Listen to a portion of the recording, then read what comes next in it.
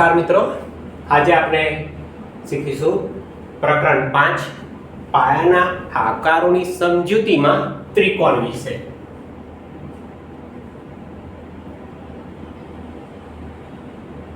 જો ગુજરાતી ફાવે ને સર મિત્રો તો અંદર શું કહેવા માંગે છે ને તે ખબર પડી જાય।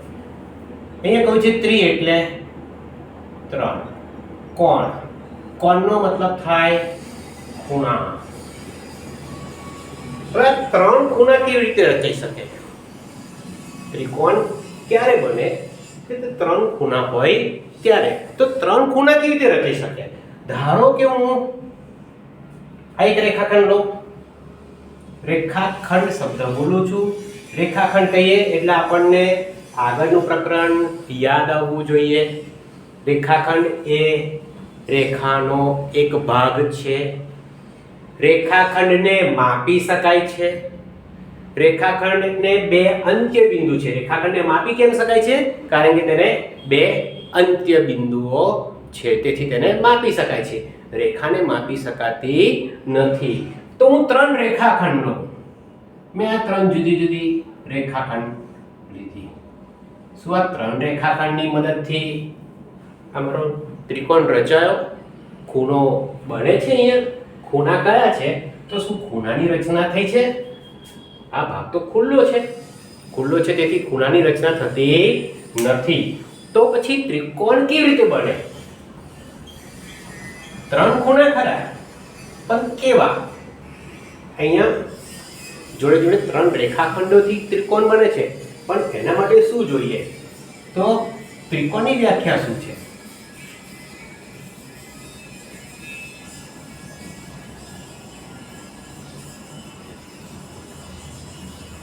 સમતલ સપાટી પર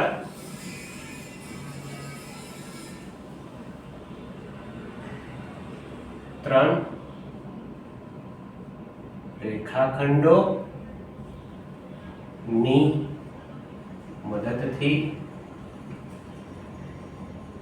રચાતી, શબ્દ જોજો, બંધ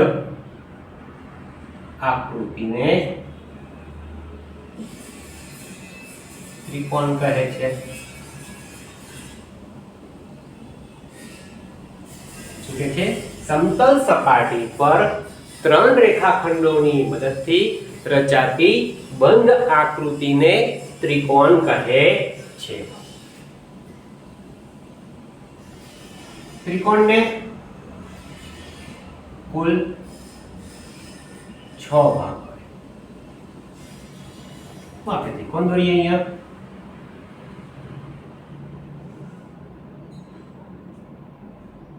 આકૃતિ બંધ હોવી જોઈએ। પહેલું હવે 3 બાજુઓ। તો અહીંયા ત્રિકોણની 3 બાજુઓ કઈ કઈ? તો કે રેખાખંડ AB, એક શિરોબિંદુ બીજી રેખાખંડ સાથે સામાન્ય શિરોબિંદુ હોવું જોઈએ। અહીંયા રેખાખંડના બે અંત્ય બિંદુમાંથી એક અંત્ય બિંદુ બીજી બાજુના સાથે સામાન્ય હોવું જોઈએ। તો 3 બાજુઓ કઈ કઈ? તો કે ભાઈ રેખાખંડ AB, આ રીતે દર્શાવી લેને બોલે રેખાખંડ AB, રેખાખંડ AB।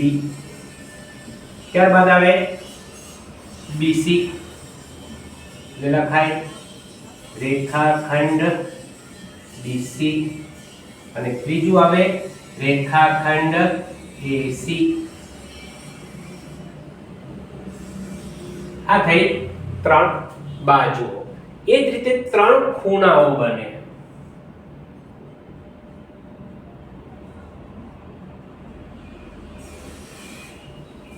ત્રણ ખૂણા કેવી રીતે દર્શાવી શકાય? આગળના પ્રકરણમાં આપણે ભણ્યા કે ખૂણા કેવી રીતે દર્શાવાય, શિરોબિંદુ બતાવી શકાય। તો અહીંયા શિરોબિંદુ પહેલું લઈએ આપણે A। તો આ જે શિરોબિંદુ A છે એ કોની મદદથી બન્યું છે? કયા કયા બે કિરણો જોઈએ? મગજ આમ એવું વિચારો કે આ ખૂણો છે, ખૂણો A કયા બે બાજુથી બન્યો? તો કે ભાઈ AB અને AC.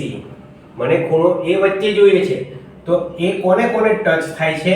આ ભાગ કોને કોને ટચ થાય છે? તો કે ભાઈ B ને, AB ને અને AC ને. તો મારે ખૂણો A જો લખવો હોય તો A વચ્ચે આવે તે રીતે લખાય BAC, અને ખૂણો CAB પણ લખી શકાય. આ તમારો એક ખૂણો થયો. ત્રણ ખૂણામાંથી એક ખૂણો આવ્યો. હવે હું ખૂણો B વિશે લખીશ. તો ખૂણો B વચ્ચે આવે તે રીતે લખવો છે મારે. તો ખૂણો B ક્યાંથી વચ્ચે આવે છે? આ રીતે વિચારો કે અહીંયા ખૂણો B મારે વચ્ચે આવે છે, તો કોણ બનશે? ABC. તો ખૂણો ABC. આ જ રીતે હું અહીંથી શરૂ કરી શકું. CBA. અને હવે મારે બતાવવો છે ખૂણો C. તો ખૂણો C કેવી રીતે બતાવાય? તો અહીંયા વિચારો, ખૂણો C કોની મદદથી બને છે? ACB. તો ખૂણો ACB અથવા તો BCA. મિત્રો દરેકમાં જુઓ, જે શિરોબિંદુ છે ને એ વચ્ચેના ભાગમાં જ આવે છે. અહીંયા C, તો બધામાં વચ્ચે C આવશે. લખી લેજો મિત્રો.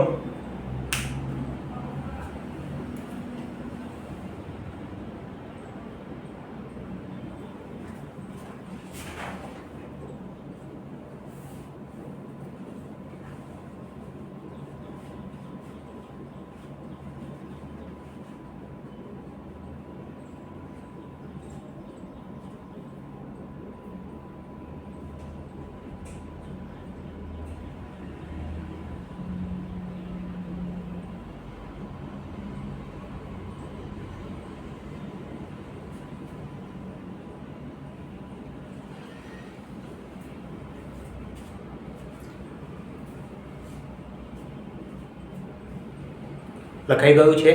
તો આગળ વધીએ. હવે મિત્રો એક વસ્તુ યાદ રાખજો કે ત્રિકોણના પણ પ્રકાર છે. બાજુઓના આધારે ત્રિકોણના 3 પ્રકાર, અને ખૂણાના આધારે પણ ત્રિકોણના 3 પ્રકાર. હા, ત્રિકોણને કુલ 6 અંગો, તો કે 3 બાજુ અને 3 ખૂણા. 3 ને 3 6 અંગો થઈ ગયા. હવે બાજુઓના આધારે પણ 3 પ્રકાર અને ખૂણાના આધારે પણ 3 પ્રકાર. પણ એ પહેલા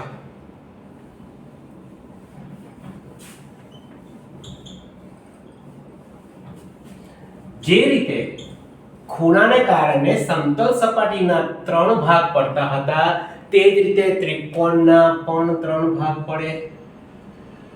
સમતલ સપાટીના જે 3 ભાગ પડતા હતા તે રીતે ત્રિકોણના પણ 3 ભાગ પડે. આ બધો ભાગ એ ત્રિકોણનો બહારનો ભાગ. જ્યારે હું અહીંયા B વિશે વિચારું અને આ લાઈન ડ્રો કરું, સમજવાનું છે ખાલી.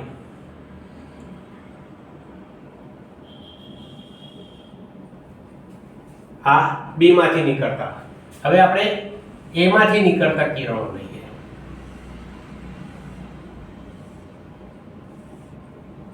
આ A નો અંદરનો ભાગ, ખૂણા A નો અંદરનો ભાગ.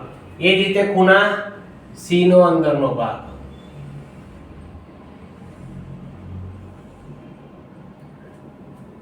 આ જે વચ્ચેનો ભાગ છે,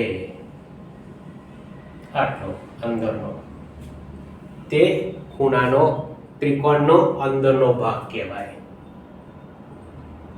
ત્રિકોણથી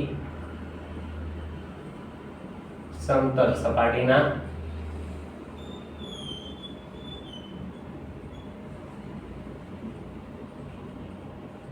ત્રણ ભાગ પડે. એક ત્રિકોણનો અંદરનો ભાગ, બીજો ત્રિકોણનો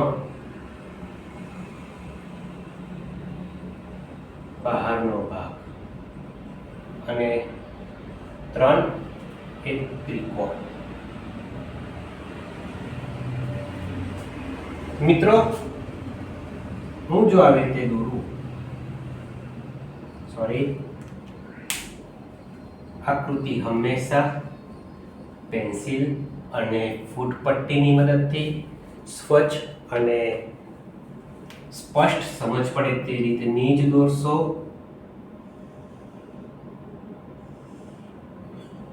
અહીં નામ આપીએ આપણે A, B, C, P,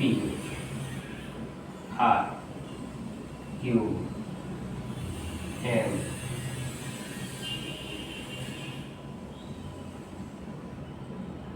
S, O.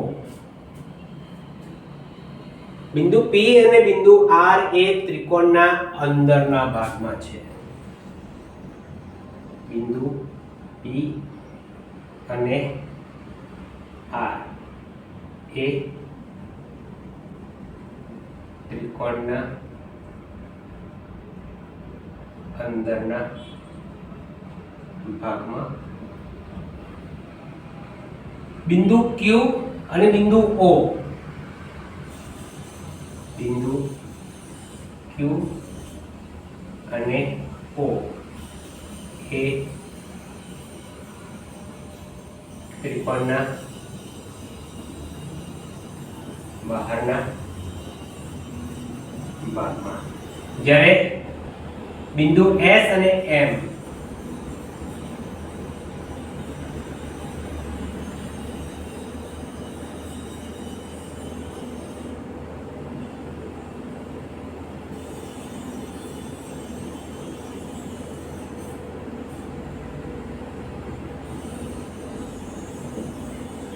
લખી લેજો મિત્રો.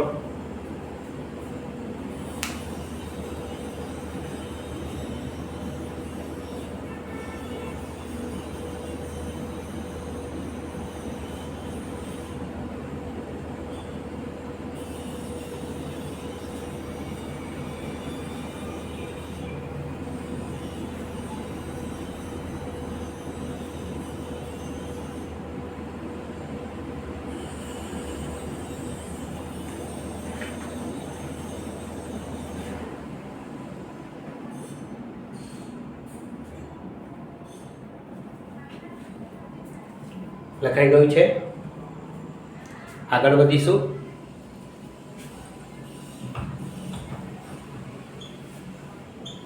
ન સમજ પડે તો મિત્રો પૂછજો. હવે આપણે ત્રિકોણના પ્રકાર જોઈશું બાજુઓના આધારે.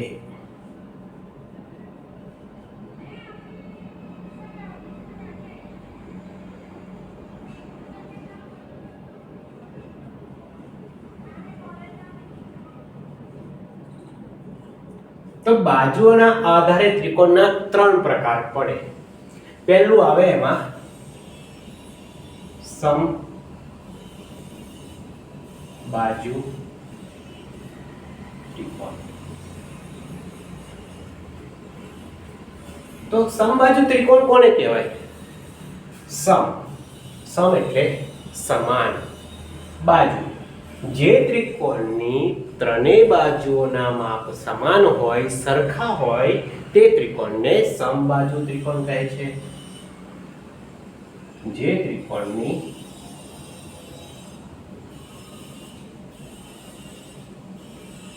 ત્રણેય બાજુના માપ સમાન હોય,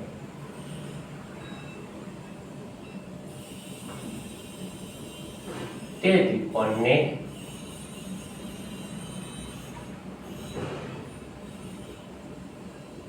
સમબાજુ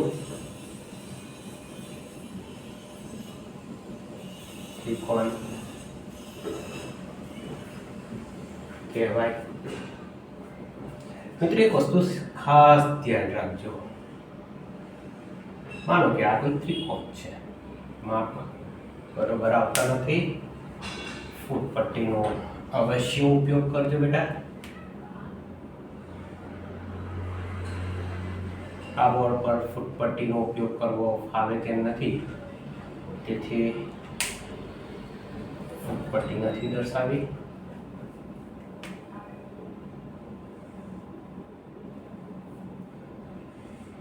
ઓકે, માનો કે આ એક ત્રિકોણ છે, નામ છે ABC. આ માપ 5 સેમી હોય, આ માપ 5 સેમી હોય અને આ માપ પણ 5 સેમી. જો ત્રણેય માપ સરખા હોય ને તો ત્રણ ઉપર એક સરખી નિશાની કરવી. એક લીટી દોરો અથવા તો બે લીટી દોરો તો ત્રણ ઉપર બે લીટી જ દોરવી.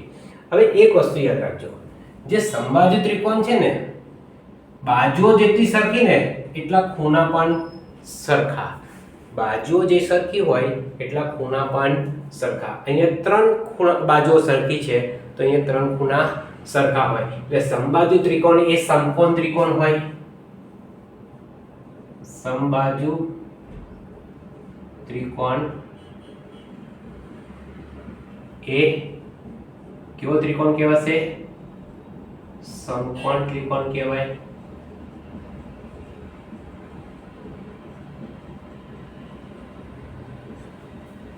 હવે તમે ત્રિકોણ, તમને ખૂણાના માપ તો આવડી જ ગયા છે લેતા. ખૂણાના માપ કેવી રીતે લેવાય તમને એવું ખબર જ છે કે ત્રિકોણના ત્રણેય ખૂણાઓનો સરવાળો 180 અંશ થાય. ત્રિકોણના ત્રણેય ખૂણાના માપનો સરવાળો 180 અંશ થાય. જો ત્રિકોણ સમકોણ હોય તો ત્રણેય ત્રણ ખૂણાનું માપ કેટલું? તો મારે 3 ભાગ કરવાના. સમકોણ ત્રિકોણમાં ત્રણેય ખૂણાના માપ સરખા માટે 180 ના 3 સરખા ભાગ કરતા 180/3 એટલે આવશે 60. તો મિત્રો આ દરેક ખૂણાનું માપ આવશે 60 અંશ. આ દરેક ખૂણાનું માપ આવશે 60 અંશ. લખી લેજો.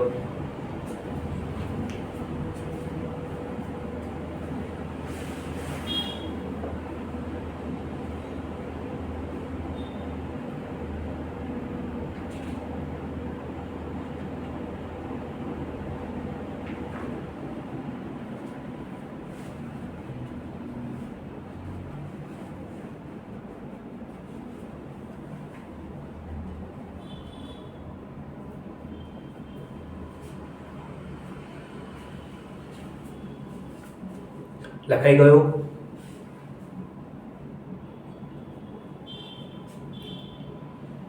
ચલો હવે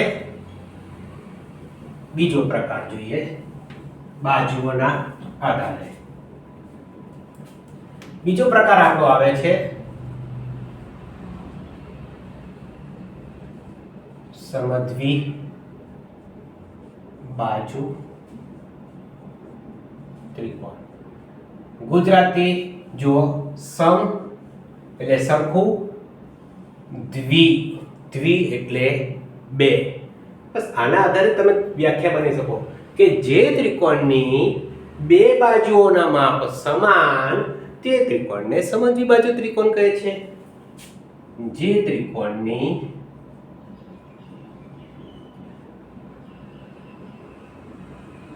બે બાજુઓના માપ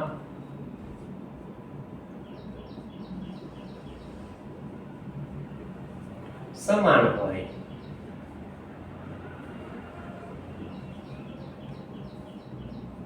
તે ત્રિકોણને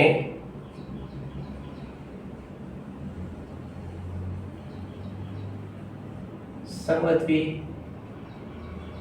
બાજુ ત્રિકોણ કહે છે.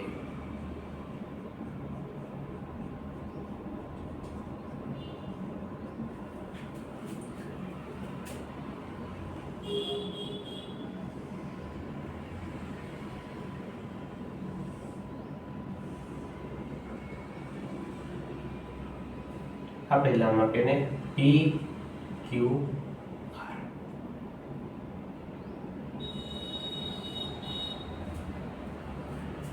હવે ધારો કે હું PQ અને PR ને સરખા બતાવું છું. PQ નું માપ બરાબર PR નું માપ. બે બાજુઓ સરખી, સમદ્વિ બાજુ ત્રિકોણ કહેવાય. જોડે જોડે યાદ રાખજો, આગળ જતા આપણે ભણવામાં આવશે કે જે બાજુઓ સરખી છે, ત્રિકોણની જે બે બાજુઓ સરખી છે તેમની સામેના ખૂણાના માપ પણ સમાન થાય. અત્યારે આપણા કોર્સમાં નથી, પરંતુ યાદ રાખો.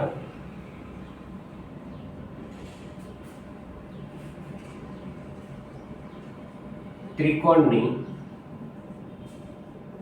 જે બાજુના માપ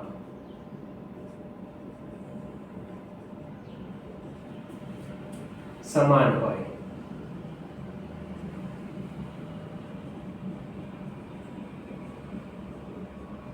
તેમની સામેના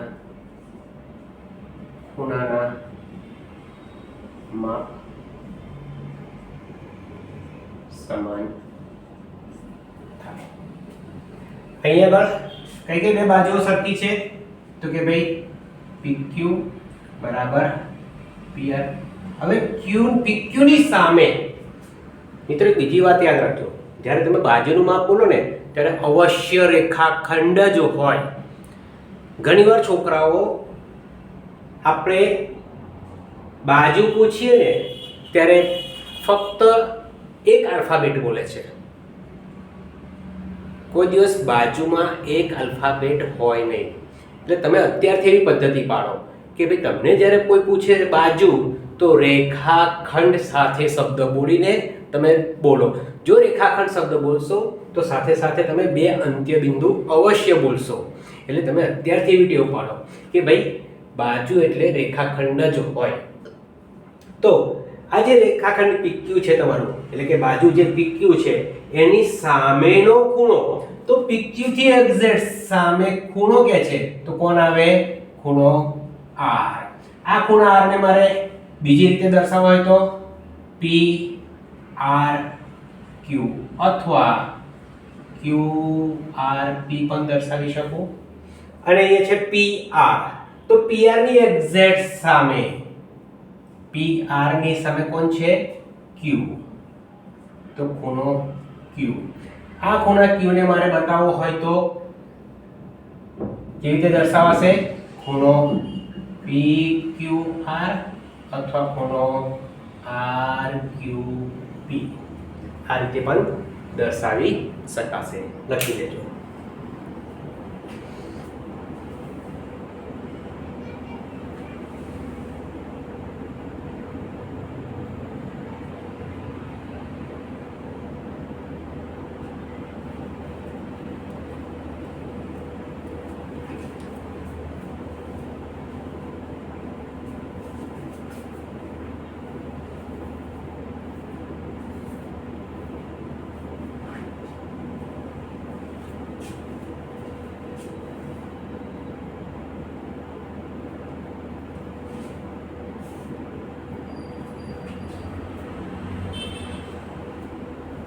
લખાઈ ગયું.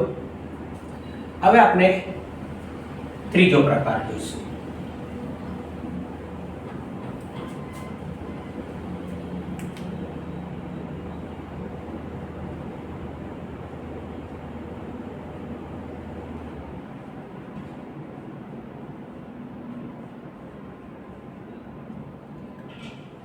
શું આપ્યું છે? વિષમ બાજુ ત્રિકોણ. વિષમ બાજુ ત્રિકોણ તો કોને કહેવાય? તો સમ નથી, સરખી નથી તેવી બાજુ ધરાવતા ત્રિકોણને વિષમ બાજુ. એટલે આને બે રીતે વ્યાખ્યા આપી શકાય. જે ત્રિકોણની આ એક સરળ વ્યાખ્યા ત્રણેય બાજુના માપ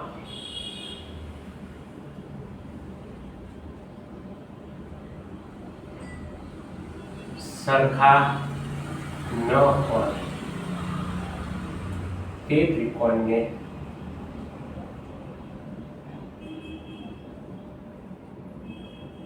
વિષમ બાજુ ત્રિકોણ શું કહે છે? જે ત્રિકોણની ત્રણેય બાજુના માપ સરખા ન હોય તેને શું કહેવાય? વિષમ બાજુ ત્રિકોણ. અથવા અટપટી વ્યાખ્યા જો જોઈએ તો સરળ છે, અટપટી નથી, પરંતુ વિદ્યાર્થીઓને અટપટી લાગે છે. જે ત્રિકોણની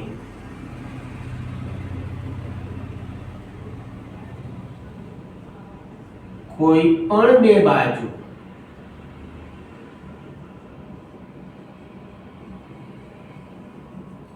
ના માપ સમાન ન હોય તેને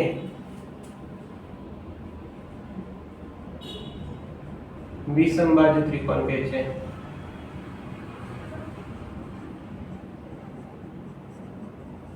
વસ્તુ એકની એક જ છે. હવે જો હું આકૃતિ દોરીને સમજાવું. આપણે નામ આપીએ A B C. AB નું માપ છે 5, BC નું માપ 6 અને AC નું માપ 7. મિત્રો એક વસ્તુ બીજી ખાસ યાદ રાખજો. ત્રિકોણ ક્યારે શક્ય બને? ત્રિકોણ હંમેશા જ્યારે તમે માપ લો ત્યારે બે બાજુના માપનો સરવાળો ત્રીજી બાજુ કરતા મોટો હોવો જોઈએ. આ પણ 7મા ધોરણમાં આવશે.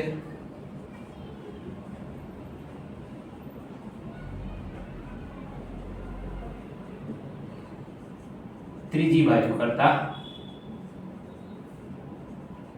મોટો.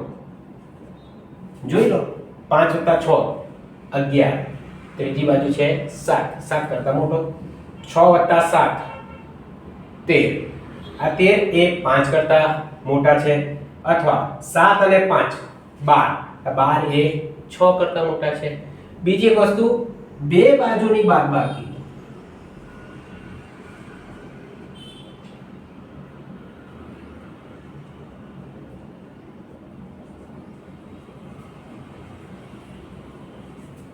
ત્રીજી બાજુ કરતા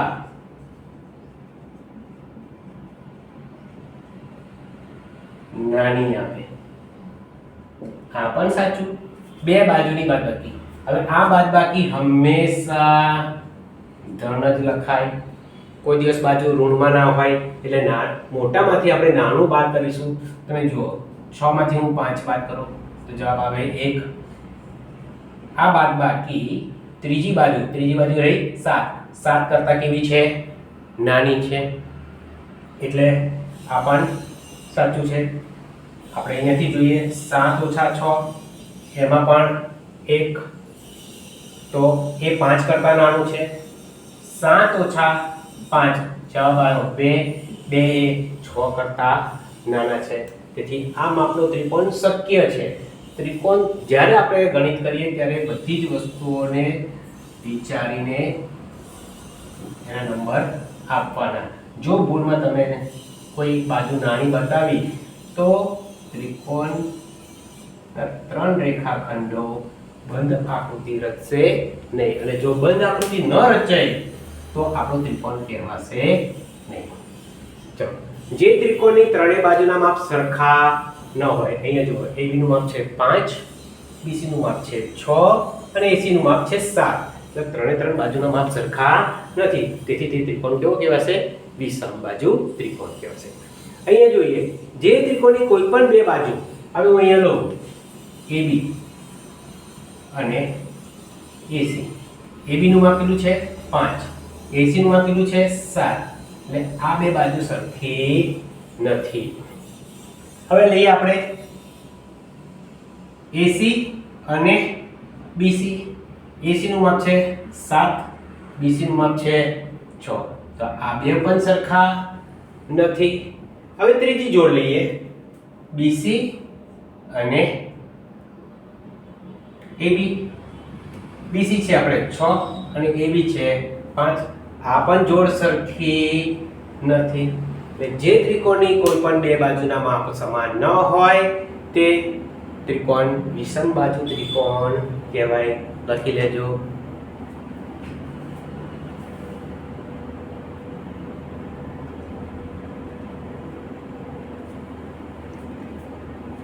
અને મિત્રો આપણે અહીં અટકીએ.